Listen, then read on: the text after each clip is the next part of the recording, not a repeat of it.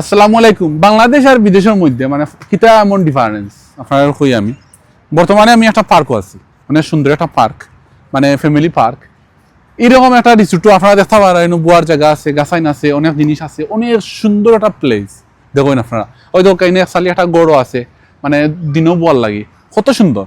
তো আমরা দেশে দেখা যায় বড় বড় যে রিসোর্টগুলো আছে, মানে 5 স্টার 4 স্টার ওগুলার ভিতরে থাকে, বা বড় বড় যে পার্কগুলো আছে, মানে পার্কের ভিতরে ঢুকতে গেলে টিকিট লাগে, এরকম পার্কের ভিতরে আছে।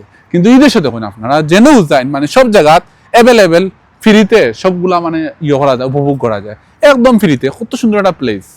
গাছগুলা যদি আপনি একটু ফলো করেন, তা গাছের কত দাম।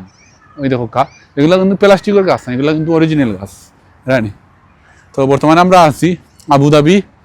আর আবুধাবি যারাও আছেন সবুর তো পরিচিত এই বিল্ডিংগুলা, বুঝতে পারো আমরা কোন জায়গায় আছি। আমরা বর্তমানে আবুধাবি নাগেসিয়াত আছি। নাগেসিয়াত একটা পার্কও আইছি। আর এই পার্কের একটা ভিডিও করছি আমি। পার্কের ভিতরেও যে একটা একসালি গড় দেখা পারা, এই গড়ের ভিতরে ঢুকতে গেলে অনেক রাস্তা আছে, 100টা রাস্তা মনে হয় আছে, কিন্তু একটা রাস্তা হয়েছে কি ঢুকা সবাই জানে না, ঘুরে অনেকে আউল খাইলায়। তো সব বালা থাকুন, আর ভিডিওটা দেখে কিরকম লাগছে সবাই একটু জানাইবা। সব বালা থাকুন।